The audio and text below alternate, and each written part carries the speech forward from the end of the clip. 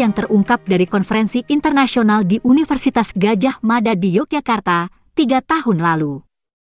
Konferensi mengenai program Bahasa Indonesia bagi Penutur Asing atau BIPA ini diselenggarakan oleh Fakultas Ilmu Budaya UGM. Saat itu Profesor Awang Sarian, yang juga dikenal sebagai salah satu bos alam Melayu, menjadi narasumber.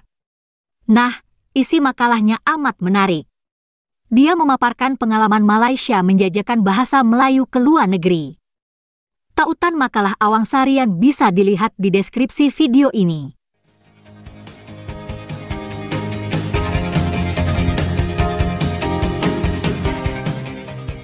Saat itu, Awang masih menamakan bahasa Indonesia dengan sebutan Bahasa Melayu Indonesia. Sebutan ini jelas pelecehan. Tapi lupakan dulu soal ini. Yang cukup penting, dalam makalah tersebut dia mengakui bahwa bahasa Indonesia lebih luas dipelajari di berbagai pusat pengajaran atau universitas di luar negeri. Contohnya, negara seperti Australia, Amerika Serikat, Jepang, Korea, dan kawasan Eropa. Dari paparan itu, kita bisa menyimpulkan bahwa bahasa Indonesia lebih banyak dipelajari di luar negeri, lebih mendunia dibanding bahasa Melayu. Di balik pujian buat Indonesia itu, memang ada agenda yang menjadi kepentingan Melayu Malaysia. Dalam makalah itu, bos alam Melayu tersebut jelas sekali mengungkapkan keinginan untuk mengibarkan bahasa Melayu supranasional. Maksudnya, tentu saja mengarah pada usaha menjadikan bahasa Melayu sebagai bahasa ASEAN, bahkan dunia. Kan dalam makalah itu digambarkan juga hal yang menjadi isu penting, yakni bahasa Melayu ragam mana yang akan diangkat. Menurut Awang, pilihannya ada dua, yakni bahasa Melayu Malaysia atau bahasa Melayu Indonesia, yang diangkat ke pentas dunia.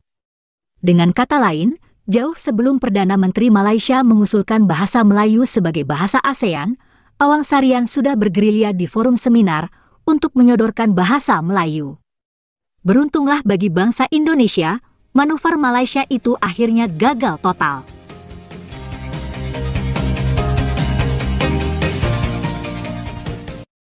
Sebelumnya, Malaysia terlihat amat serius dan sudah bertahun-tahun membuat propaganda bahasa Melayu. Kampanye itu dilakukan oleh Dewan Bahasa dan Pustaka. Malaysia rajin menggelar lomba pidato internasional, selain itu juga membuat propaganda bahwa bahasa Melayu dituturkan oleh 300 juta orang. Terakhir, Malaysia menggelar simposium internasional besar-besaran. Profesor-profesor mereka juga tak malu-malu melabeli bahasa Indonesia sebagai bahasa Melayu.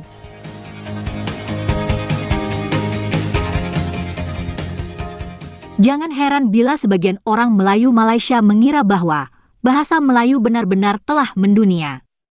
Padahal, kenyataannya tidak begitu.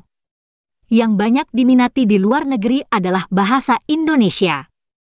Jangan lupa pula, kampanye bahasa Melayu itu masih berkaitan dengan kampanye Tamadun Melayu, propaganda alam Melayu yang mahal luas itu, propaganda untuk memelayukan seluruh suku di Nusantara. Nah, Profesor Awang Sarian, termasuk yang paling getol berkampanye soal alam ilusi itu. Sekarang ada 700 etnik di alam Melayu. Artinya bahasa Melayu itu merentas. Tidak kira itu orang Aceh, orang Minangkabau, orang Tidore, orang Manado, orang Sunda, Jawa dan sebagainya. Semua bernaung di bawah konsep yang dikatakan bangsa Melayu.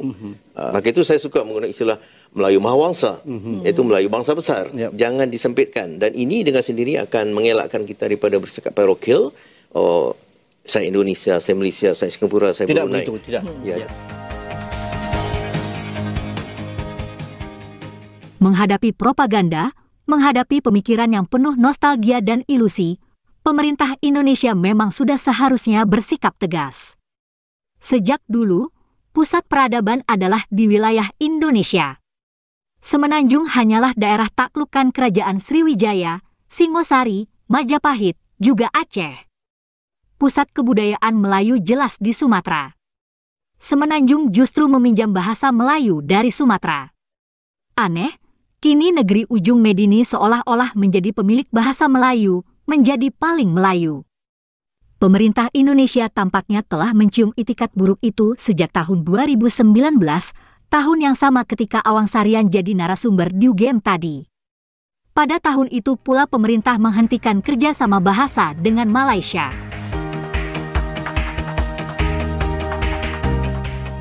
Kita tidak akan mengalah untuk urusan bahasa ini, tidak akan mungkin kita menggunakan bahasa Melayu ya. Kalau bahasa Melayu diterima, itu artinya bahasa daerah. Kita mundur lagi gitu loh. Kita di 1926 sudah memperdebatkan itu gitu loh. Jadi sekarang tidak lagi memperdebatkan bahasa Melayu sebagai bahasa negara gitu loh. Tapi kita memperdebatkan bahasa Indonesia sebagai bahasa internasional begitu ya. Jadi kalau kita bicara bahasa Melayu sebagai bahasa antar negara ya kita mundur ke 1926. Pertimbangan nasionalisme, pertimbangan bahwa yang kita bingkai ini keindonesiaan, maka kita akan memperjuangkan bahasa Indonesia. Bahwa misalnya upaya itu ditolak oleh negara lain ya tidak apa-apa gitu loh. Toh tidak harus diterima juga begitu, tapi sebagai bangsa yang berdiri di atas kaki sendiri dengan tegak kita mengajukan bahasa Indonesia begitu. Indonesia, Malaysia, Brunei itu ada sebuah forum namanya Forum Mabim. Ini sudah puluhan tahun ya. Bahkan komunike resminya secara bersama itu ditandatangani di era Menteri Bambang Sudibyo itu sekitar 2003 atau 2004 begitu ya.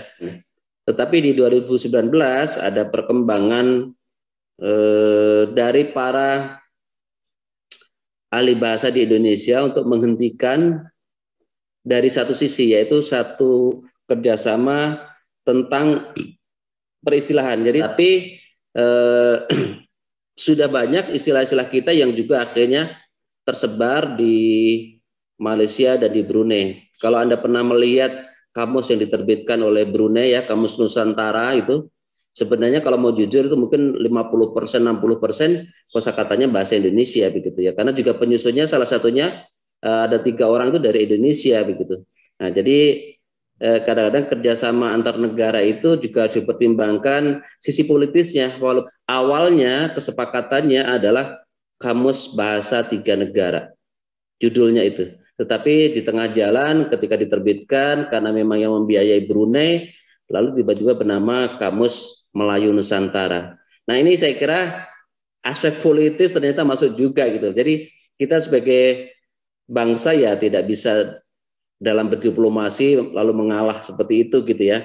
Jadi ada pertimbangan-pertimbangan politis juga ternyata urusan bahasa di kawasan Serantau ini gitu loh.